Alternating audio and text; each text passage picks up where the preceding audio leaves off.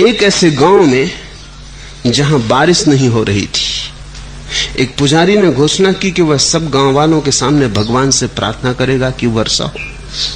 ठीक समय पर सब गांव वाले उपस्थित हो गए तो पुजारी ने कहा, भाइयों और बहनों, इससे पूर्व कि मैं भगवान से प्रार्थना करूं, आपसे एक प्रश्न पूछता हूं कि आप लोगों के छाते कहां? भगवान से प्रार्थना करने इकट्ठे हुए हैं कि वर्षा होगी वर्षा, छाते कहां? लेकिन जो लोग चले आए हैं प्रार्थना करने, वो भी जानते हैं कि कहीं ऐसे वर्षा होती, फिर भी चले आए, छाते नहीं लाए।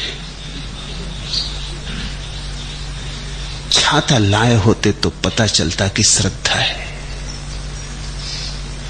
तुम मंदिर तो चले जाते हो, छाता ले जाते हो, मस्जिद तो हो आते हो, छाता ले जाते हो।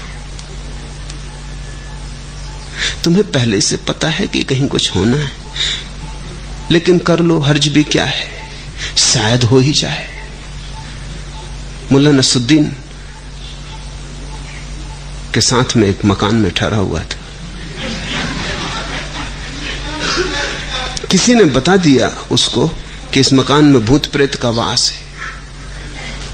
तो वो आया, भागा हुआ, उसने जल्दी से सामान बांधा। उसने कहा, आप रुकना हो रुको, मैं चला, मैं होटल ठहर जाऊं, धर्मशाला, कहीं भी, स्टेशन पे सो जाऊंगा।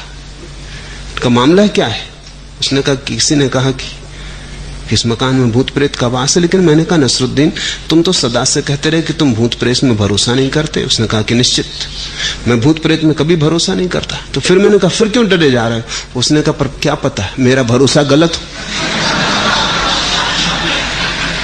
मैं गलत भी तो हो सकता हूं।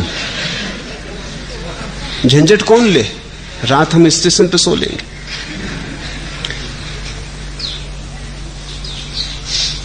एक बहुत बड़ा वैज्ञानिक जर्मनी में, अभी अभी उसकी मृत्यु हुई।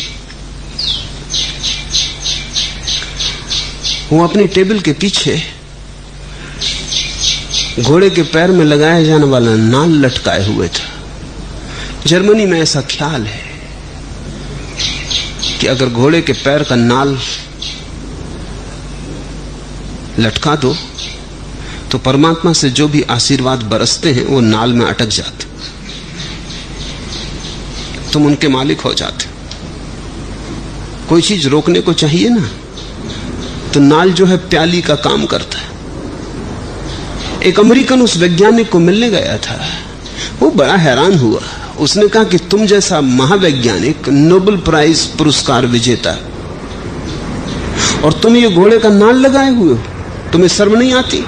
ये तो मैं भरोसा ही नहीं कर सकता कि तुम जैसा बुद्धिमान आदमी और ऐसे अंधविश्वास में भरोसा करता होगा। उसने कहा, ये तो साफ ही है, मैं और अंधविश्वास में भरोसा कभी नहीं, मेरा कोई भरोसा नहीं है। मैं ये नहीं मानता कि इस नाल से कुछ होने वाला है।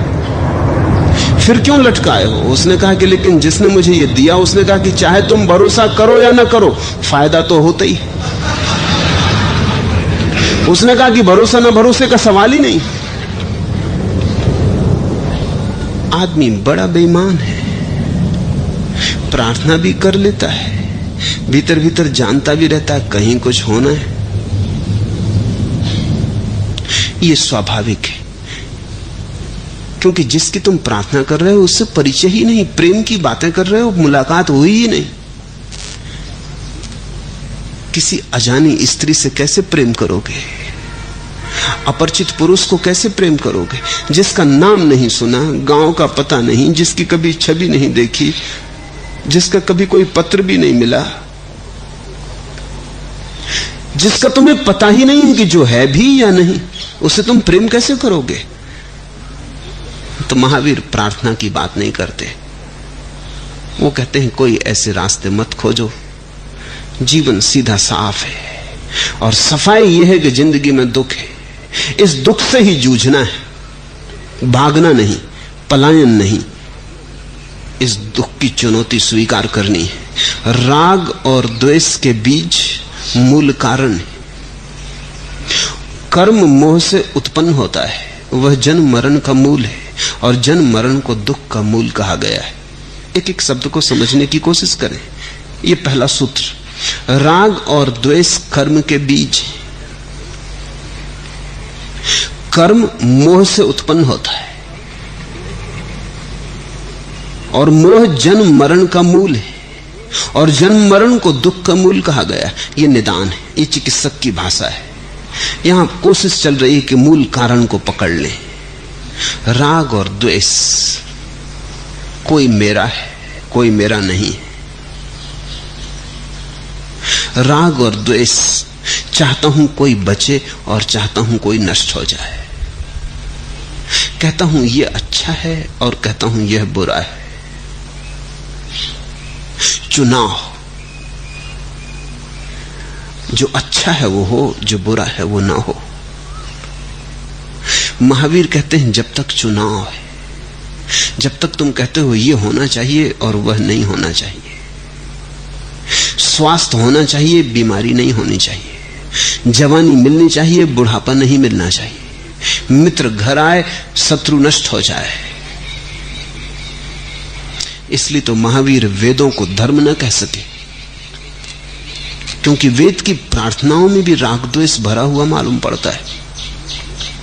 ऐसी प्रार्थनाएं हैं वेद में कि कोई प्रार्थना करता है इंद्र से कि हे इंद्र मेरे दुश्मनों को नष्ट कर दे। कोई प्रार्थना करता है वेद में कि हे भगवान मेरी गऊओं के थनों में दूध बढ़ जाए और दुश्मनी की गऊओं के थनों से दूध सूख जाए।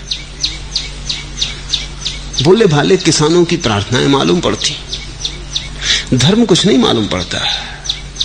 यही तो हमारी आकांक्षाएं कि मुझे मिल जाए दूसरे को न मिले, मेरा सुख दूसरे का दुख भी हो तो उस कीमत पर भी। महावीर कहते हैं राग और द्वेष कर्म के बीज है, और जहां तुमने चुना कर्म शुरू हुआ। तुमने कहा यह मिलना चाहिए कि तुम उसे पाने की यात्रा पर निकले, तुमने कहा कि यह नहीं होना चाहिए कि तुम उसे मिटाने के लिए चले। तुम्हारे मन में यह विचार भी उठा कि दुश्मन मर जाए, तो महावीर कहते हैं हिंसा हो गई, कर्म शुरू हो गया। विचार कर्म का पहला चरण है, फिर धीरे धीरे विचार घना होगा, सघन होगा, कृत्य बनेगा, और आज जो तुम्हारे मन में सिर्फ एक भाव की तरह आया था वो कल परसों घटना बन जाएगा।